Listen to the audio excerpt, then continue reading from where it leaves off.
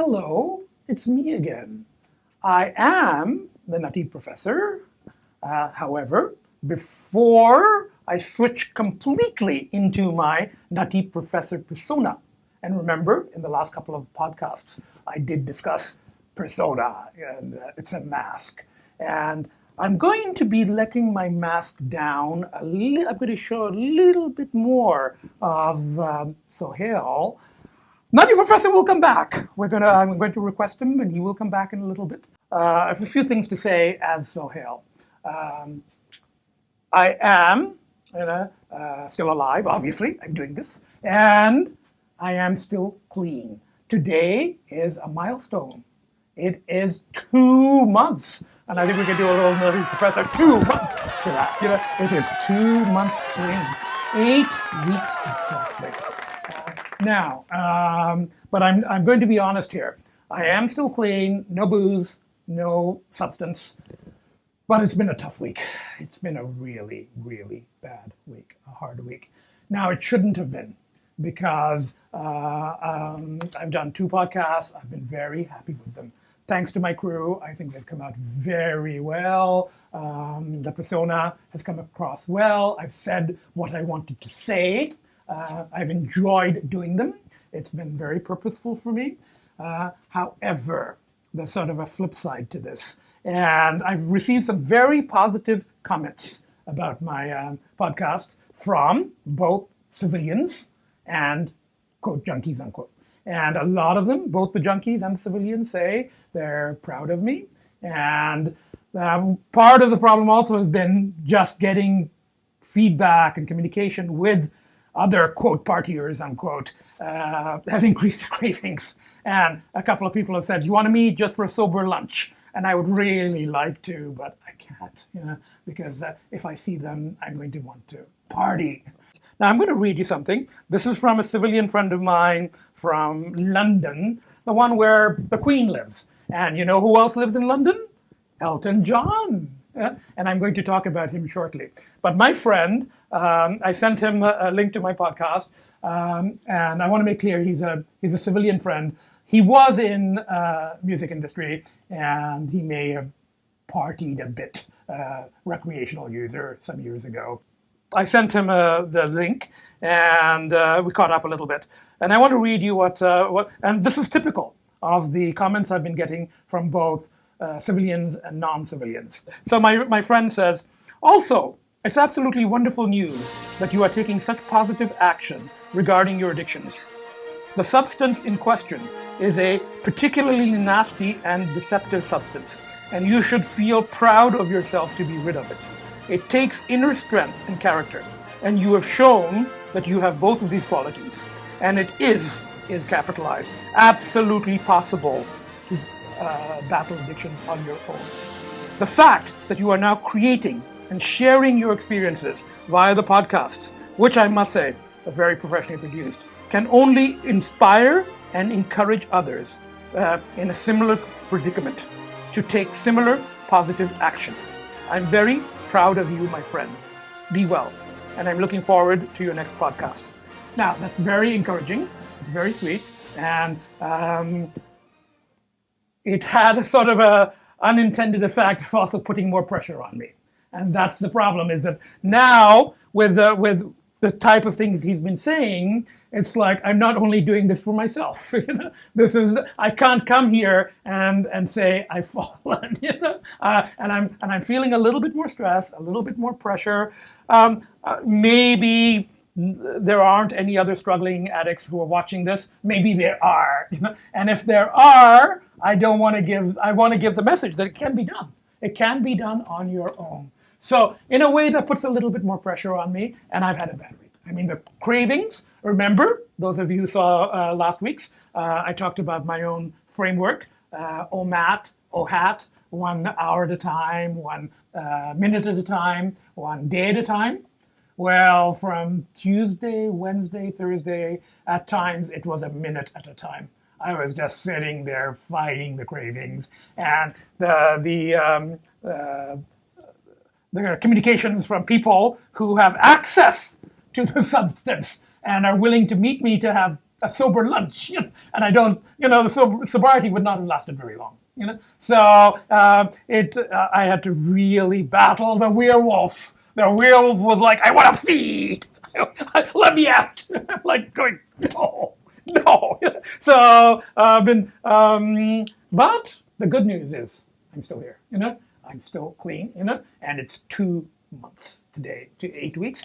Now, I mentioned the whole thing with London, England, where the Queen lives. And as I said, Elton John lives there. And I want to mention this because a couple of people have mentioned the movie Rocket Man to me, and I saw it the first weekend it came out. Now, I don't think that Sir Elton is going to be watching this. So I really don't think Sir Elton is going to watch some nutty professor from Toronto, who gets 200 views on YouTube.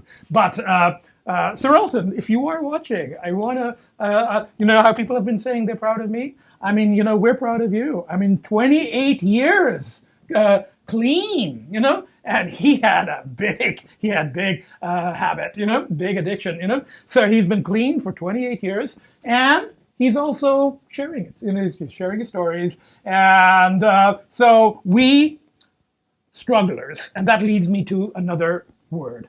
Because you know how I'm into words and all of that stuff. It came up in when I was talking about my PATAP, my alternative approach. Well, the 12-step people, they say recovering addict. So even Elton John, who has been clean 28 years of substances, would still be a recovering addict.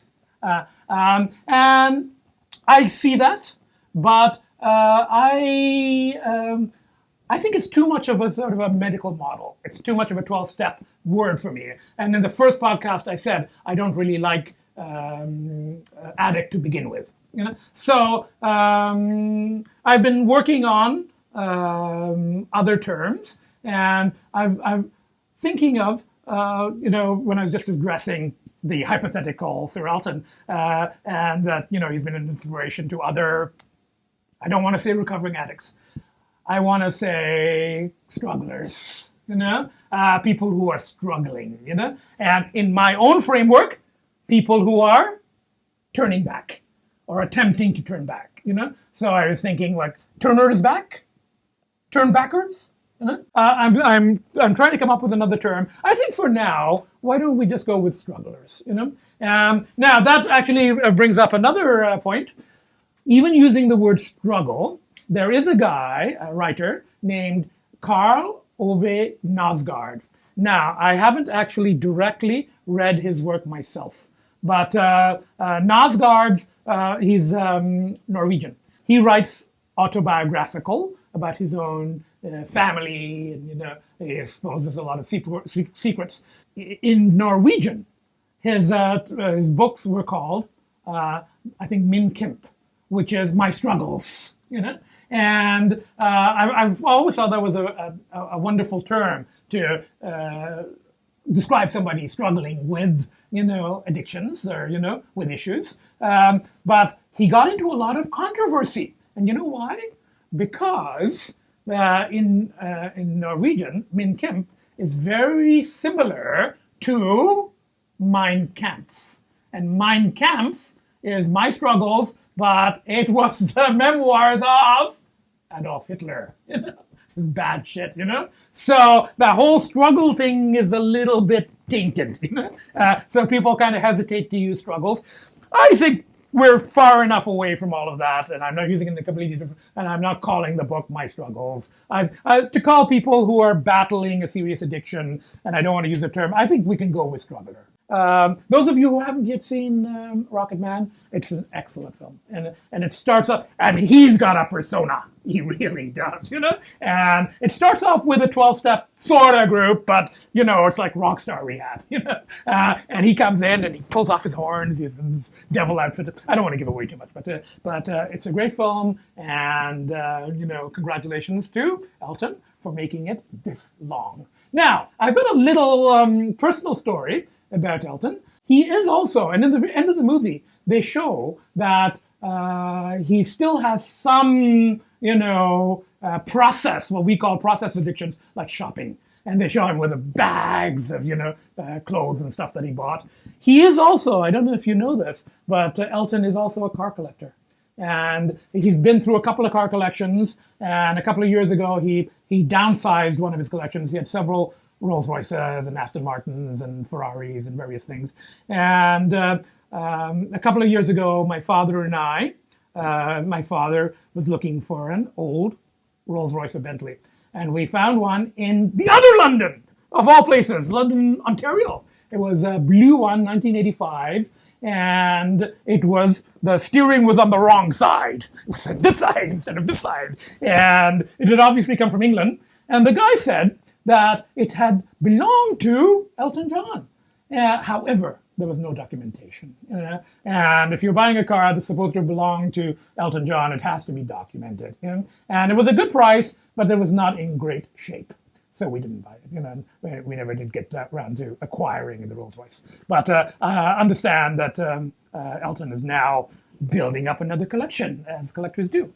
Since I do like talking about films and books, there's a little trick that I sometimes use, and I suppose it comes under, at the bottom of my my framework, I have some methods of dealing with it, and I've got, cognitive behavior therapy things and visualization and stuff like that. But I have this little trick that I sometimes use.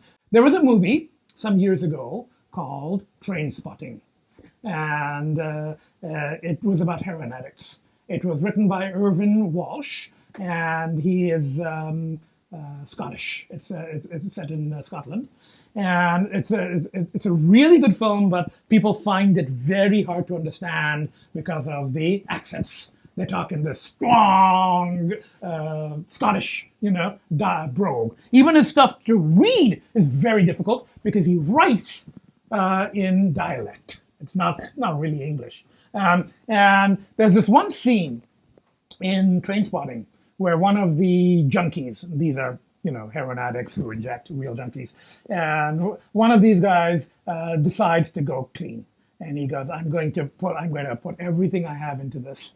And he buys a whole bunch of craft dinners, so that he's going to lock himself in his apartment, and he's got food, he's got music, and what he does is he takes planks and he nails them onto the door so that he can't go out. So he takes a bunch of planks, he nails them onto the framework of the door so that he's locked himself in to battle his werewolf. And it's very well filmed. They do kind of a speeded up photography, and you see him the first few hours. He's pacing around, he's listening to music, and then you see the cravings and you see him. He's like he's getting more agitated, and he's getting agitated, and finally, and this is I think accompanied by Iggy Pop music or something. He ends up, and you see him just pull the planks off the door. He just pulls the planks off the door and he goes out and he scores. And I haven't yet nailed planks to my door, but I visualize it.